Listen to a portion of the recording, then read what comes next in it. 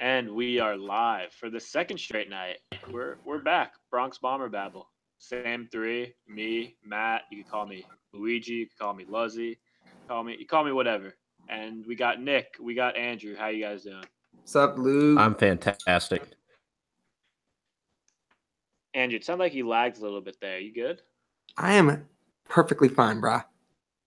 Okay, I'm glad to see we all got our little Abbies going on Batansis. It just took him a second to put his nachos down.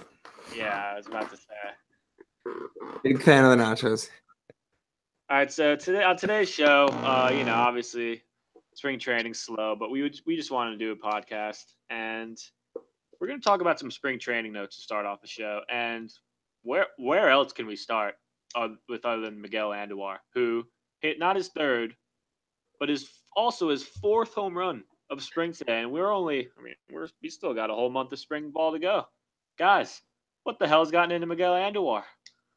Guy is a stud, simply put. Well, this is what I wrote about in that article.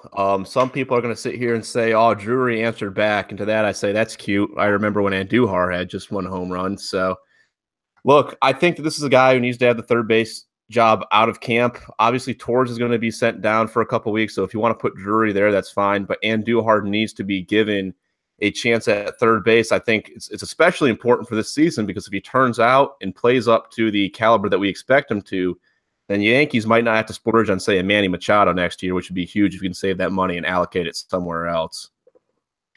And to be honest, what is the fear with him defensively? I mean, we got by a couple years ago with Chase Headley when he had the yips, couldn't throw the ball to first base.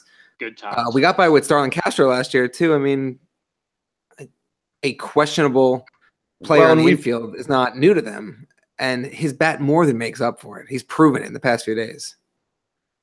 And Andrew, you just said before, he just saw two pitches, and they both went out. Yeah, that's not necessarily something that's going to repeat to the regular season. First pitch swinging. But it's very impressive to do, and it's so early in spring. And there's it shows he's got the aggression, he's got the confidence in his swing, and he's not just getting up there overwhelmed by major league pitching, even though he's only had 7 major league at-bats. Well, and it's probably fair to also keep in mind, too, that he's probably not hitting against the best of the best pitchers in the major leagues, but I think it still shows something. This guy is coming out. He's playing hard. He's putting his best foot forward. He wants this job, and he's been very humble about it in interviews, pretty much saying the same thing, like, hey, man, I'm just here to, work and get that job. And I love that. I love that attitude that he knows he's got to, pay his dues and work his way up, and I am rooting for him hard for him to get that job. Yeah, it's going to be a good competition between him and Drury. Drury also went deep today, along with did McKinney go deep as well? McKinney and Tyler Austin also hit home runs. Big Dog McKinney hit his second of the spring. So a lot of homers. Another win in spring training for the Yankees. I mean, we didn't even mention on yesterday's show that bomb Gary hit over the scoreboard over the O in the George Steinbrenner. That ball had to be at least 450 feet. That was a tank. Well, and I think something we were talking about earlier, we were having a very lively discussion about, the top catchers in baseball in a BBB group chat. We were having a discussion about that. And I think that Gary Sanchez is really putting himself in a position to contend with Buster Posey for the best catcher in the Major League Baseball this year. I mean, you look at the guy, he's so underrated. He's got 40 home run power, and he gets overlooked so much because, you have the NL MVP and Giancarlo Stanton now on the team. And what I think should have, rightfully been the AL MVP in Aaron Judge on the team. But you look at a catcher who can throw guys out and in a high 30% clip and just elite offensive numbers, hitting 270s, 280s, putting up, he's probably got 40 home run power if he plays a full season. So I'm really excited to hopefully see a full season of Gary Sanchez. And who knows, if the guy plays the way he does and hits the way he does at catcher, he might be a dark horse candidate for MVP. Oh, there's no doubt. I mean, if you're comparing him to the number one catcher in baseball, which is, I think, almost surely Buster Posey, Gary still has the pass ball issue, which will keep him from the top spot there. But straight up for American League MVP, if he plays a full season this year, you figure maybe for a catcher, a full season's 130 games. Romine or Higashioka, whoever is going to be the backup, will get some time. But Gary could hit 35, 40 home runs. He hit, 310 his first season until the last week when I think he went like over 20 to end the year and dropped them below 300. So, I mean, the guy can swing the stick.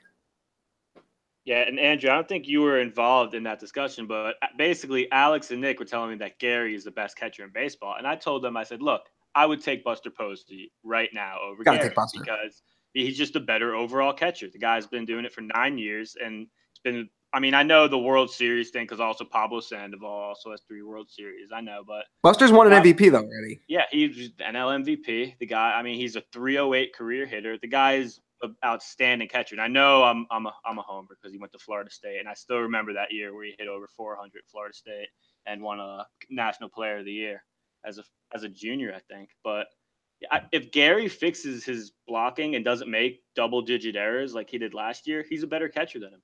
It's as simple as that. Because Buster's career high in home runs, I believe, is 24. Gary's already surpassed that. I mean, yeah, and I believe I was looking up earlier.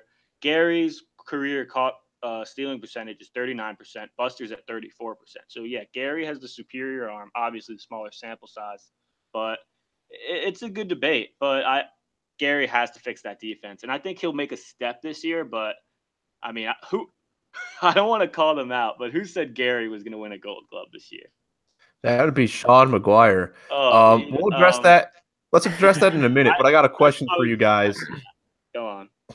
To kind of answer you guys there, I have a question for you. So say there was a fantasy draft today and you could select any catcher in Major League Baseball to play for the Yankees for the next 5-6 years. Who are you taking? Are you taking Posey or are you taking Sanchez? Well, I would take Gary because he's much younger. But if it was just for 1 season, or maybe if it was even just for 2 seasons, I would take Posey. But if it was anything more than 3 seasons, I would take Sanchez. Andrew, who are you taking? I think in the American League, I would take Gary because when he doesn't catch, he can still play DH. Again, we're not keeping the roster as it's right now. Gary's younger, has more home run potential, and I'm not really so much concerned by his defense for 1 season or 2 seasons, if that's the hypothetical we're going down. Well, see, for me, I think that Gary is pretty close with Posey, neck and neck. Maybe if you want to give Posey the edge defensively, or because of the defense, rather, right now, that's fine. But when I look at Gary's numbers and the numbers he's putting up, hitting 280 while launching 33 home runs, Buster Posey has been a pretty good hitting catcher, but I think that Gary is kind of starting to make those numbers seem a little on the small side. Obviously, we've talked about his arm. I think Gary's great at throwing out runners. And so to me, I think Gary kind of suffers from the overblowing of the defensive issues that Miguel Andujar does. Joe Girardi kind of lashed out at Gary for this, and I think kind of made a bigger deal out of Gary's defense than was necessary last year. And so now a lot of people have latched onto this.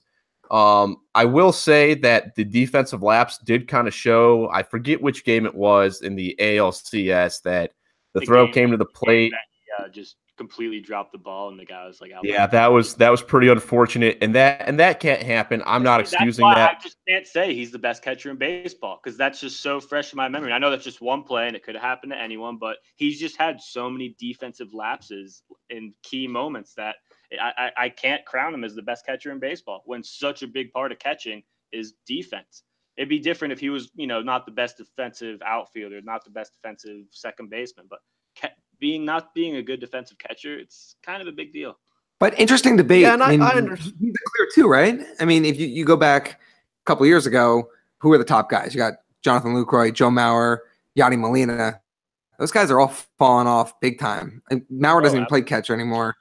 Victor Martinez, if you want to go a couple years back, Gary's a clear number 2, right? I mean, is there anyone else we're missing? No, I definitely have Posey, both of them. Gary. Yeah, I definitely have them number 1 and 2. There's still some people out there that still like, oh, Yadier Molina's number 1. He has like 100 Gold Gloves. But, it's right now Yadier Molina's not one of the 2 best guys. Well, and I guess maybe more what I'm saying is they're pretty close right now. And I think it's pretty reasonable to say that Gary could surpass Posey as the best overall catcher this year. He's come into camp a little lighter, I think a little leaner. I don't know, you would think theoretically that might help him be a little more agile in blocking balls and improving his defense. Hopefully that doesn't affect his power and his hitting ability as much, but I don't think it's unrealistic he's only 25. I know that's actually kind of old for players now, at least. A lot of them are coming up in their really early 20s and putting up these elite numbers, but I still think he can improve his defense. And I think in the next year or two, you're definitely going to see him overtake Posey. And that's not so much a knock on Posey so much as it is a compliment for Gary Sanchez. Oh, absolutely. Posey just simply doesn't have half the power that Gary has. Now, I think we should move on over to the starting rotation. And, something I was thinking about was the fact that there were stories coming out before spring training when pitchers and catchers started reporting that Chad Green would possibly be a starter this year. And, right away it was Jabba, don't do it. And I don't know. I'm kind of torn about it because I think a guy like him could be a really good starter, but he was just nasty out of the bullpen last year. Do you guys think that we could see Chad Green in a starting role? Say if CC or whoever were to go down for a couple months, do you think Chad Green will get that 5 spot? Ultimately, it probably depends when it happens. If it's later in the year, like July or August, you're probably going to see Justice Sheffield. If it's, God forbid something happens in April or even in spring training, maybe. And I'm with you, Luigi. I'm on the fence. I definitely can see what he's capable of as a starter. What was it? His 2016 where he had that 12 strikeout game against Toronto and looked dominant as a starter. Yeah. But he was one of the best relievers, if not the best reliever in baseball last year. And it's so hard to pull him out of that role when you have. It is, but then at the same time, you look at Canely, you look at Betances, you look at D-Rob, and I know they weren't as dominant as him most of the year, but he might need to be in that rotation, especially if Gumby can't do what he did last year, because I have big doubts about Gumby. For whatever reason, there's something telling me that Gumby comes out and he's going to be floating in the high 4s, low 5s all year. Like, I don't know why. I mean, I could definitely be wrong, but I just don't see him having the year he had last year. And I think, and who knows with CC? I mean, we talk about CC. Something I don't like about CC is CC's skinny again. You guys notice that? I'm serious, man. CC is not, like, he even says it. He's even admitted it, that I think his comfortable playing weight is around 300 pounds. Like, he's said that before in all the interviews and roundtables he does. So I need to see CC maybe hit that Captain Crunch a little bit more, because I need him at the weight he was last year, because that was perfect. That's all you could ask what CC was last year. It's more than you could ask. And I have big concerns about that back end of the rotation this year. To me, I don't think you take Green out of the relief role, because essentially he boils down to a 2-pitch pitcher, fastball, slider. And in today's league, you got to have more than 2 pitches to go, to be a starter and go more than a couple innings. And Green has done a really fantastic job. I mean, he's got one of the nastiest fastballs in all of baseball if you see the movement on it. So to me, I think you keep him in that 1-2 inning at a time role, because he thrived there and the team really benefited from it. So in my opinion, if it's not broken, don't fix it, because you did see how this went with, Jabba Chamberlain and Phil Hughes. Those guys never panned out to be real elite starters. So when I look at Chad Green, I think he's very limited in the starting rotation because he just doesn't have enough pitches to get by. So I think you've got other internal options you can turn to. I'd like to see maybe Chance Adams get an opportunity, or later on in the year if Justice Sheffield is ready. But to me right now, I would just leave Green where he is. Yeah, I think I would too, but I just know how stacked that bullpen is. And another thing that I was thinking about is I'm not sure how Boone is going to manage the bullpen, because for the last decade, the Yankees had a manager that just was obsessed with the bullpen, was just obsessed with managing the bullpen, swapping guys in and out. And to his credit, he was pretty good most of the time. Definitely made some big mistakes, definitely overmanaged a lot, but I think Boone's just going to be a lot more laid back. And I'm not saying he's just going to let the starting pitchers throw 120 plus pitches every game, but I think he's going to be a lot more lenient with the bullpen and how he works it. And I don't think he's going to use the bullpen as much as Girardi did. It's a shame, though. Joe Girardi actually probably was at his best managing the bullpen in the postseason last year, where he peeled away from the designated inning roles. What was it, game 3 when Dellin came in with like the 8-0 lead and couldn't throw a strike, and he brought in Canely in that spot? I think it was one batter one or two guys getting on from being a safe situation. And it obviously never escalated there because Canley shut the door. But he could have easily just gone to Robertson or Chapman in that situation. And I think that's the type of guy that Boone is going to be all season. He's not going to put labels on guys. It's not going to be Robertson's the 8th inning guy, Dellon's the 8th inning guy, Canley's the 7th inning, or however it shakes out. It's just going to be based on the matchups, based on who's pitching well, based on maybe just gut instinct. You never know. I think it's just going to be a lot more free and open, and hopefully, a lot more effective this year. Yeah. I would hope that there's no roles. I'd kind of be open to that, and I think that's another reason that you want to keep Chad Green in the bullpen, because think of that bullpen. You got Chad Green, David Robertson. If Dellon Betances can get back, Dellon Betances, Tommy Canley, and Aroldis Chapman, and I might have missed somebody in there. Adam Warren's not bad either. So you look at that bullpen, this lineup. Absolutely. Jason Shreve is not bad. That's all. He's decent. I don't mind Jason Shreve. Well, so you look at that all in totality, and the lineup gets a lot of, we're all saying, they could break the home run record. Well, this could be the best bullpen of all time. I think we're kind of skipping over that fact. And, it rarely goes on paper the way you think it will. So I'm not going to go so far as to say that, but the potential is certainly there. So I don't know. I think that you just kind of keep it fluid, like you guys are saying. Just kind of go with the feel, go with the hot hand. Maybe you start the season out with defined roles, just to kind of have somewhere to start. But then as guys get hot, guys get cold, you can kind of deviate from there and go with who you need to go with in whatever situation. Yeah, so mentioning Java Chamberlain just always reminds me of 2007. I mean, he was incredible, man. I mean, what was his ERA in that short stint? Low ones, maybe. I think it was like below 0.5, man. It was something. I'm looking up. It was 0.38. 0.38 in 24 innings. The guy allowed 1 earned run. It was just incredible. And the Yankees ruined him. The Yankees. He could have been. He probably could have been one of the best, maybe one of the best closers out there. But who knows? What could have been, right? If it's not broke, don't fix it, man. Yep, absolutely. Well, let's stay in the AL East, and the most popular trade that I see on Twitter. I see this trade every day. Like, I wake up every day on Twitter and someone posts this trade on my timeline. It's just X amount of guys on the Yankees, X amount of prospects for none other than Chris Archer.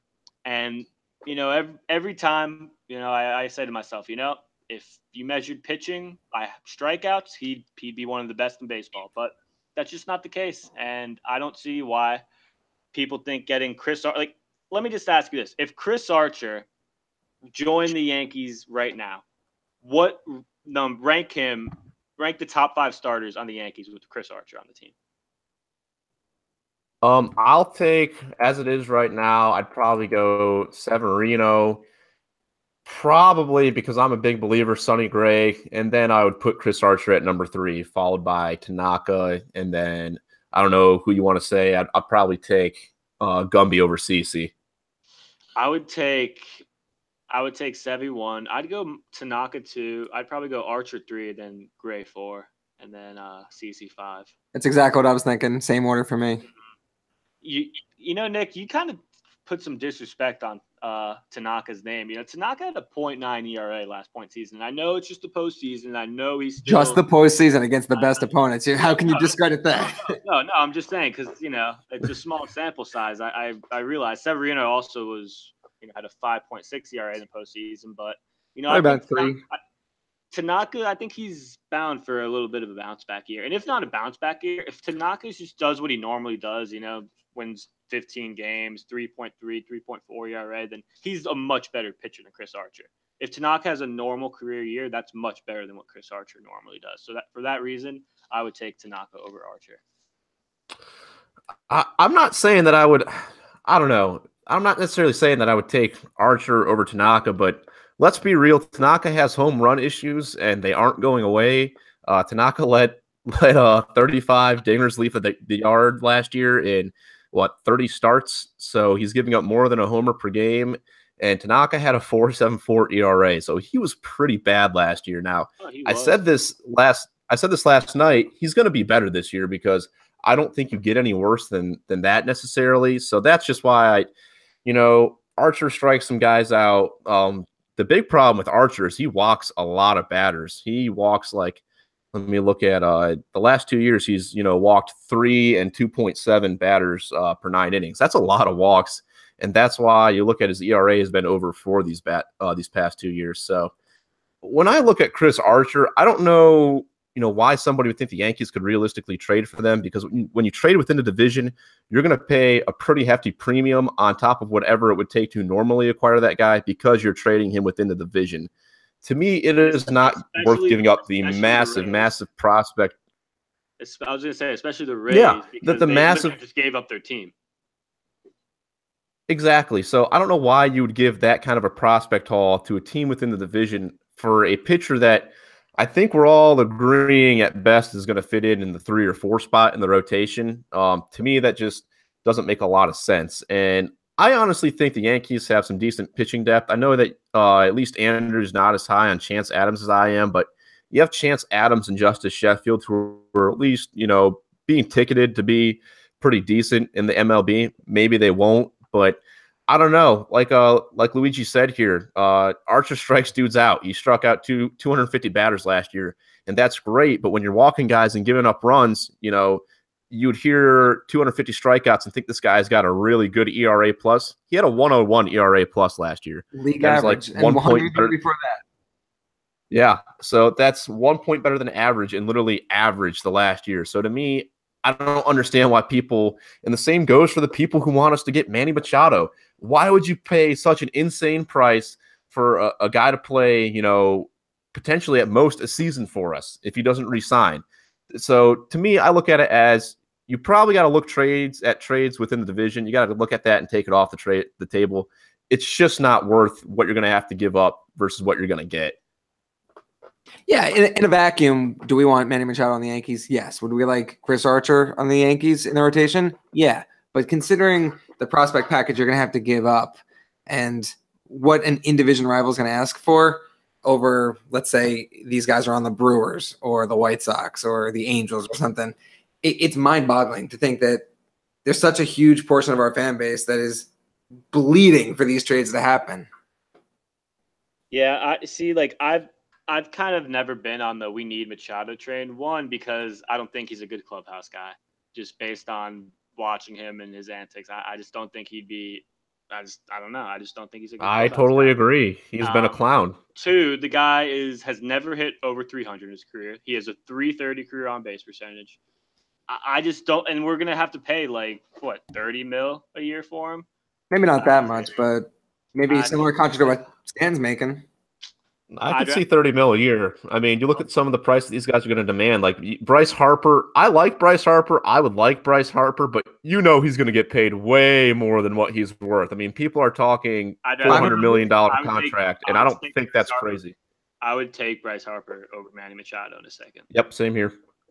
But here's another name that no one talks about, is also a free agent next year. I know he's not exactly a Yankee type personality per se, but Josh Donaldson's also a free agent, and if you want to wait out another year, you got Nolan Arenado in the winter of 2019 to 2020.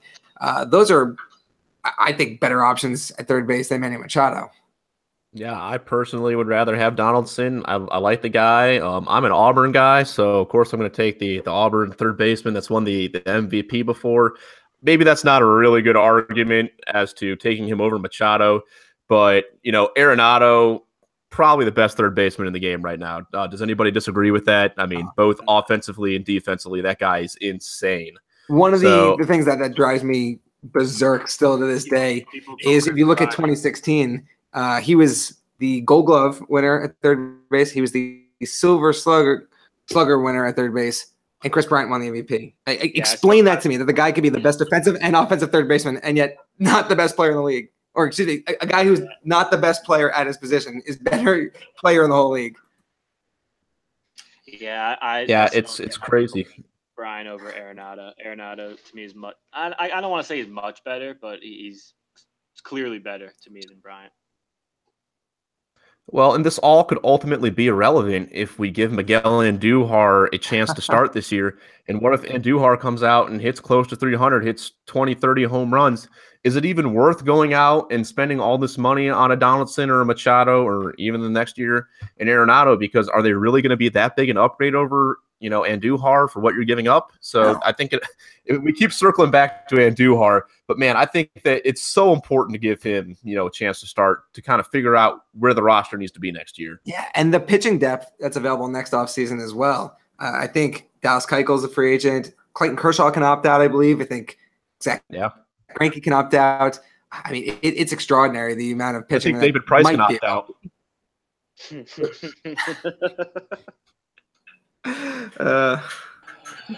I'd like to plug an article that I wrote when the Red Sox signed David Price, and I personally guarantee that David Price would not opt out of that contract, and it's looking pretty good right now. Why the hell would he? Oh, that would be probably the single-handedly the worst move in sports history if he were to opt out of that deal. Like I remember that in, man. I titled that. Oh man, you want to talk about bad decisions? That article that the Red Sox moved. Oh, go ahead. Daniel Murphy turned down the qualifying offer from the Mets and then signed. What's his contract? I think he makes like $10 million a year with the Nationals. If he had taken that QO with the Mets, gotten like $16 million, he could have gotten an extraordinary contract the next year. Yeah, he makes like $10 million a year. He hits like 340 or 30 homers. Outrageous. Well, and I titled that article that the Red Sox lose their minds and give David Price. They gave him more money than Clayton Kershaw was making. David Price is not. He's not even close to the pitcher that Clayton Kershaw is. I don't know how does that even add up. Like it just blows my mind. And then you see the Red Sox go hand out all this money to JD Martinez, and it's just funny how people used to make fun of the Yankees for giving out massive contracts to guys who were kind of past their primes or not that good. And now look at what the Red Sox are doing. It just makes me laugh. I mean, sports in general. That's just been what's happening. Where you've just seen like a guy like Jimmy Garoppolo now is the highest paid player in NFL history. Or a guy like Mike Conley a couple summers ago for the Grizzlies was the highest paid player in the NBA. And I said to myself, most people have never even heard of Mike Conley who just don't follow basketball. But that's the way it is, David Price getting all that money. They're now cashing at the right time. A lot of money for a guy that's coming out of your bullpen. And hey, he's great out of the bullpen, right? He was really good. But still didn't. No, that's a little bit of an expensive reliever.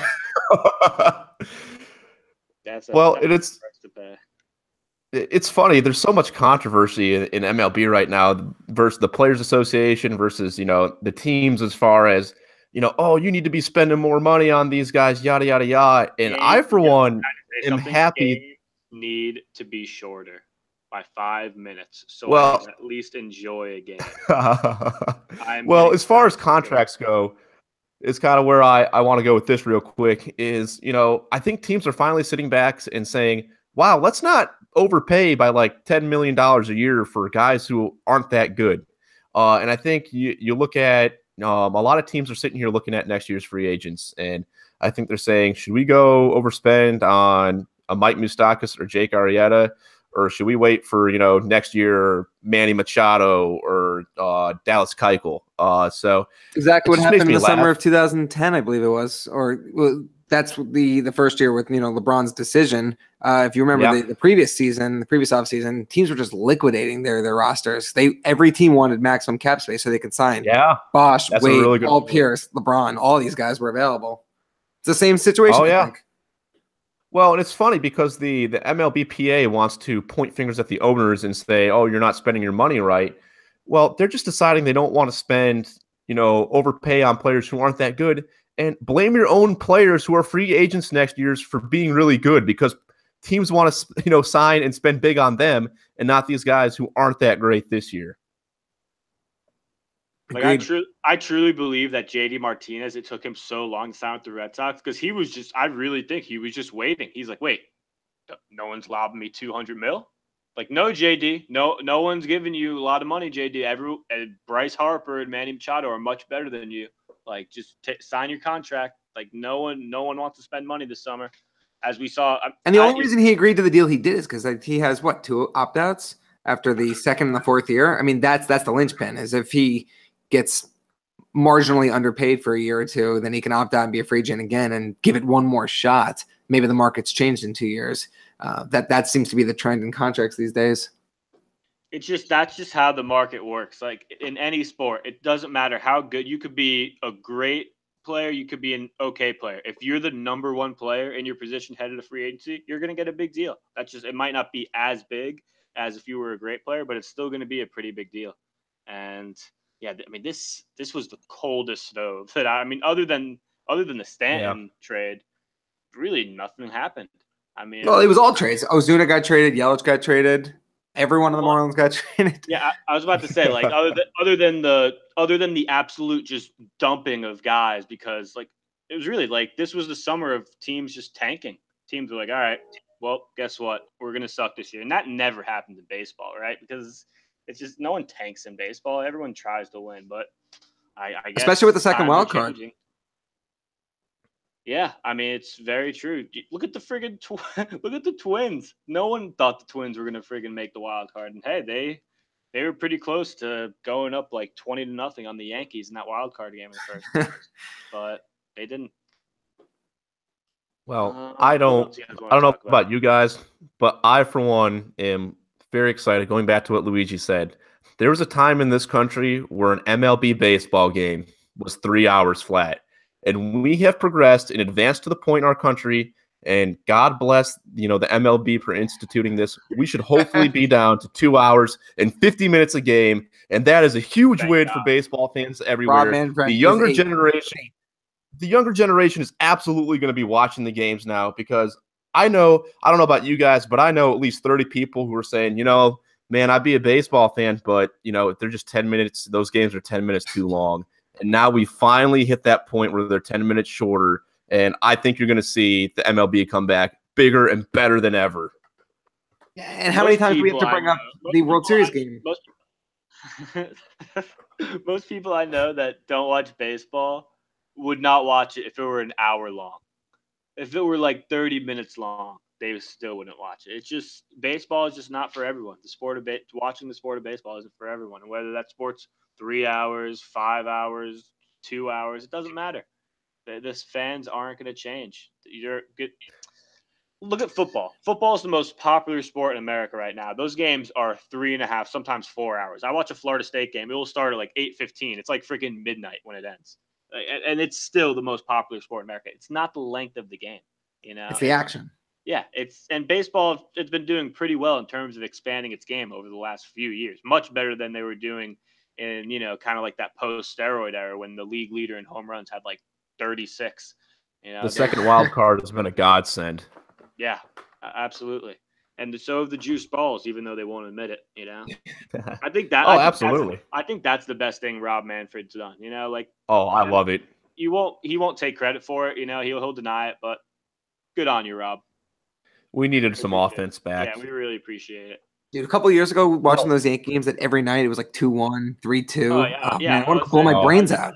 I was saying that the moment it would get to like 3 runs, the moment the other team had 3 runs, you just say, well, for Michael K, Kenny Singleton signing out. It was over. It was freaking over. There was no chance they were going to win. It was like, let's see if Mark Teixeira and his half of a hand can muster one up here. Hey, you watch yourself. Mark Teixeira is a man. I love Mark Teixeira, but it was tough watching those teams. Yeah. What was the average? Someone pull up one of those lineups from like mid 2014. Well, I'll tell you what, the 2013 squad had guys like Luis Cruz, Alberto Gonzalez, Reed Brignac. There was that one game with Travis Ishikawa, Ichiro played, Austin Romine, and Chris Stewart. Was Brian Roberts still on the team, or was he already off? Brian Roberts was 2014, I believe, and then they got rid of him midway through the year and got Stephen Drew, who somehow didn't appear in our most hated Yankee poll from yesterday. There was a lot of guys we missed. The guy we missed that I couldn't believe I didn't think of was Tyler Clippard. Tyler Clippard last year was literally hell. Like if I ever he might have single-handedly cost just the division, and I don't think that's an exaggeration. Really not. When you get to hell, there's just a 2017 highlight tape of Tyler Clippard and Chris Carter playing on Just on loop. That's hell. And then they open the door, and Stephen Drew and Brian Roberts are sitting there with a cup of tea, saying, "Hey, come sit down. Let's talk. Let's talk pace of play, guys." And then they open the door, and they just show all of Starlin's pitches of him swinging at curveballs that bounce before the break. In the left-handed hitter's batter's box. Oh my God. Like, yeah, I'll miss Starlin. I feel so bad for him that he's on the Marlins, but oh my God, I won't miss him in his plate discipline. I would literally say to my brother during games, it'd be like a 1-2 count. I'm like, watch. They're going to throw a curveball. It's going to bounce 20 feet before the plate, and Starlin's going to think he's going to hit it to Monument Park. Like, it's so obvious, and it would happen 90% of the time. Oh. Not good. Better times. Not what you want.